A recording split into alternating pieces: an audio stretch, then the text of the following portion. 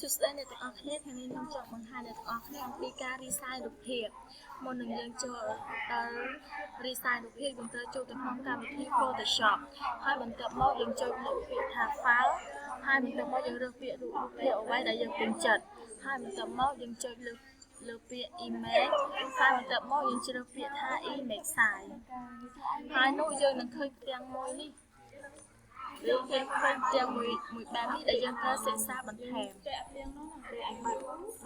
ទៀតនេះជាទំហំដើមរបស់វាស្មើនឹង600 pixel ហើយនេះជាទំហំទទឹងរបស់វាស្មើនឹង336 pixel ពាក្យថា pixel គឺជាទំហំរូបភាពដែលគេប្រើទូទៅជាពិសេសនោះគឺក្នុងកម្មវិធី Photoshop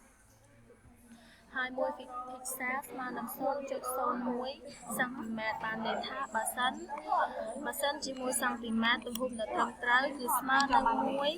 138 pixel ហើយយើងគឺជាអ្នកកំណត់ថាយើងនឹងចង់បានរូបភាពនឹងប៉ុណ្ណាឧទាហរណ៍ថាខ្ញុំចង់បានរូបភាពនោះស្មើនឹង300 pixel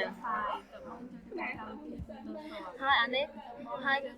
ទទឹងនេះនឹងស្មើ168 pixel ហើយបន្ទាប់មកដើម្បីរូបភាពនោះត្រូវនៅទំហំស្តង់ដារនៅក្នុងរូបថតដែលយើងចង់ដិតមកហើយបន្ទាប់មកយើងដូរទំហំបានប៉ុណ្ណឹងហើយយើងនឹងចុចលើពាក្យថាអូខេហើយ